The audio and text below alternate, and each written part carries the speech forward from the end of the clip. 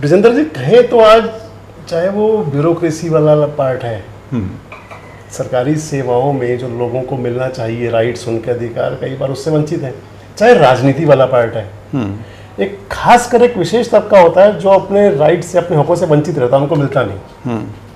और अगर कहें तो दूषित हो रहा है इस तरह से, इस बात को कहा जाए, राजनीति का भी दूषित पार्ट माना जाता है और ब्यूरोक्रेसी के अंदर भी आज बहुत कुछ देखने सुनने को मिलता है।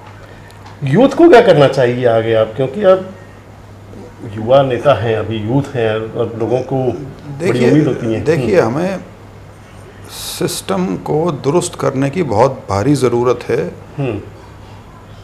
मेरा निजी तौर पे ये मानना है कि जो नेताओं के पास इतनी लंबी लंबी कतार लगती है काम के लिए, वो उसका सिर्फ और सिर्फ एक कारण है कि उन्हें उन सरकारी संस्थाओं से जहाँ उनका काम रूटीन में होना चाहिए वो भी नहीं हो पा रहा।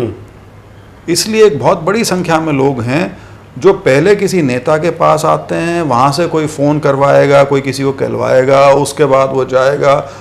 और ये मैं उनकी बात कर रहा हूँ जो बिल्कुल जायज़ होने वाले काम हैं, जो एक सिस्टम में तय समय सीमा अनुसार हो जाने चाहिए जी।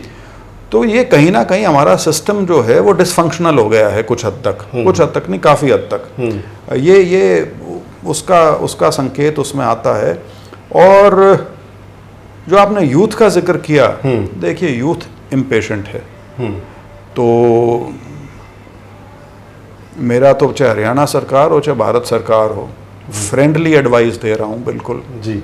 आप श्रीलंका, बांग्लादेश और नेपाल में जो हुआ है उसको आप ये ना सोचें कि वो किसी छोटे मोटे देशों की छोटी मोटी घटनाएं हैं। इग्नोर ना करें, क्योंकि ख़ास तौर पे नेपाल में जो हुआ और जिस प्रकार से एक दिन के अंदर ही पूरा देश उबाल में आ गया और 2 दिन के अंदर पूरी व्यवस्था वहाँ तहस नहस हो गई। किसी ने कार्रवाई नहीं, किसी ने ऑर्गेनाइज नहीं की।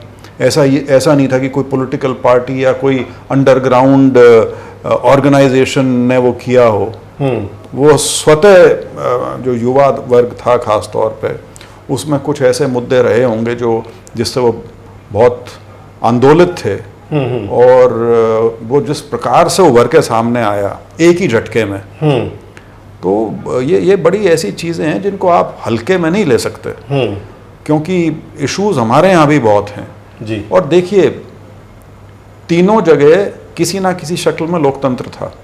ठीक बात है, बिल्कुल। चाहे वो नेपाल राजाशाही खत्म, चाहे वो नेपाल था, चाहे वो बांग्लादेश था, चाहे वो आपका श्रीलंका था। और करीब करीब यही स्थिति इनसे भी पहले पाकिस्तान में बन गई जी, बन चुकी थी बिल्कुल। ठीक है, लेकिन वहाँ की फौज थोड़ी ज़्यादा मजबूत है, वो फिर भी संभाल गए अपने आप को।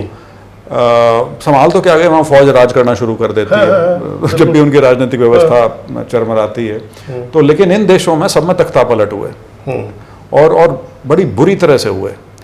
इस तरह से हुए कि जो उनके नेशनल आइकन्स हैं, नेशनल फिगर्स हैं, लोगों ने उनके पुतले फूंक दिए, उनके घर फूंक दिए।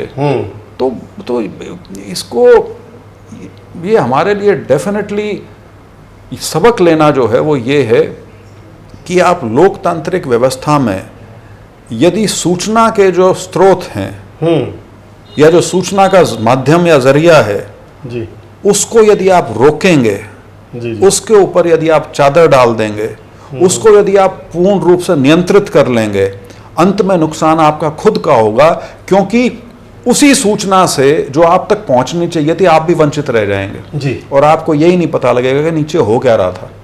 और फिर आप कहेंगे कि ये कैसे हो गया, इसमें कौन सा विदेशी हाथ आ गया, ये किसने आग लगवा दी। वो इसीलिए क्योंकि देखिए, बुरा ना मानिए, लेकिन पूरा मीडिया जो आज के दिन है, खासतौर पर टेलीविजन का, वो एक इको चेम्बर बन गया है जी।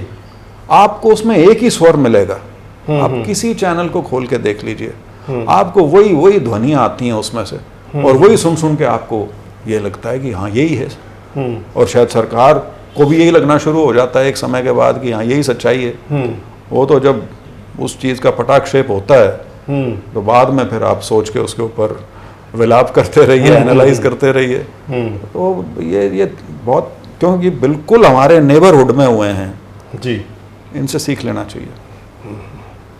हमारे साथ जुड़े रहने के लिए सब्सक्राइब करें देश रोजाना के YouTube चैनल को और नई वीडियो की नोटिफिकेशन पाने के लिए बेल आइकन जरूर दबाएं। अगर आप ये वीडियो फेसबुक या इंस्टाग्राम पर देख रहे हैं तो पेज को लाइक और फॉलो जरूर करें और ज्यादा से ज्यादा शेयर करें।